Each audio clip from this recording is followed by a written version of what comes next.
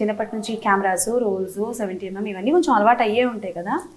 అలా లేదండి. ఎప్పుడు సినిమాలకి మనం నేర్చుకుంది కట్టు ఇవి కాదండి. స్టార్ట్ చేస్తే ఎండ్ వరకు అక్కడే నాటకాలు. ఓకే, థియేటర్ ప్లస్ ఎక్కువ చూసేవాడిని కూడా, నాటకాలు చేయటం కాకుండా ఎక్కువ చూసేవాడిని. నేను చేసిన దాన్ని కూడా చూసిన చాలా ఉన్నాయి నాటకాలు. కొన్ని వందల నాటకాలు చూసిన వాళ్ళ లిస్ట్ ఎవరైనా ఉంటే దానిలో నేను కూడా ఒకటి ఉంటాను. సో ఆ ఎక్స్పీరియన్స్ ఉండటం వల్ల ఇక్కడ కొంచెం ఇబ్బంది పడ్డాను సినిమాలో. తర్వాత మళ్ళీ అర్థం చేసుకొని నాకు పెద్ద పెద్ద నాటక రచయితలతో, దర్శకులతో, నటులతో మాట్లాడి ఎలా అన్నాను మీరు మార్చారు, ఇక్కడికి షిఫ్ట్ ఎలా చేసుకున్నారంటే వాళ్ళని సజెషన్స్ తీసుకొని తర్వాత మళ్ళీ కంటిన్యూ చేశాను. ఓకే, బేసికల్గా ఇండస్ట్రీలో ఉన్న డైరెక్టర్స్ మీరు ఇందాక మాట్లాడుతున్నారు, ఐ హ్యావ్ సమ్ ఫ్రెండ్స్ అని చెప్పారు కదా. So who is your best buddy, like with whom you can share everything and like good or bad or even though చెప్పాలి అని అంటే? నా బెస్ట్ ఫ్రెండ్ అంటే మా తాతగారు అండి, పెద్ద తాతగారు. తాతగారు? పరశురు వెంకటేశ్వరరావు. ఓహో, ఓకే. ఏదున్నా షేర్ చేసుకుంటారు, ఆయన కూడా ఓపెన్ గా సజెషన్స్ ఇస్తారు. పోనీ తాతగారు కాకుండా సరే సెకండ్ బెస్ట్ ఫ్రెండ్ ఎవరో చెప్పండి. అంటే నాకు పెద్ద ఫ్రెండ్స్ ఏం లేరు. ఇంకో తాతగారు అని మాత్రం చెప్పకండి. మా ఫాదరు. సరే మీరు ఇంట్రోవర్టా? ఒకలాగా, అంతే. ఒకలాగా. ఎవరు మీకు ఇన్స్పిరేషన్ ఇండస్ట్రీలో?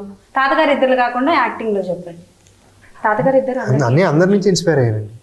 అది ముందు నుంచి చెప్తున్నా కదా నేను. వీళ్ళు అందరి హీరోస్ని నేను దగ్గర నుంచి చూశాను చిన్నప్పటి నుంచి. ఒకళ్ళిద్దరని కాదు, చిరంజీవి గారు కానీ, బాలకృష్ణ గారు కానీ, ఈవెన్ అప్పుడే ప్రభాస్ అన్న కానీ, వర్షం సినిమా చేస్తున్నారు, గోపిచంద్ అన్న కానీ, రానా అన్న కానీ, అందరితో ఒక పర్సనల్ బాండింగ్ ఉంటామని అందరి నుంచి నేను ఇన్స్పైర్ అయ్యాను. మోస్ట్ అంటే లైక్ మీరు ఎలాగో క్యారీ అయ్యేవారు కాబట్టి ఈ మిస్టర్ మోస్ట్ అంటే నేను జూనియర్ ఎన్టీఆర్ అన్న దగ్గర నుంచి ఇన్స్పైర్ అయ్యాను. ఎందుకంటే మా ఇంటి నా నైబర్ ఆయన. సో ఆయన ఎంత సరదాగా ఉండేవాళ్ళు మాతో, కానీ సెట్లో ఎంత ప్రాపర్ టైంకి వెళ్ళిపోతారు, ఎంత డెడికేట్గా చేస్తారు యాక్టింగ్ అనేది నేను ఆయన దగ్గర నుంచి చూసి.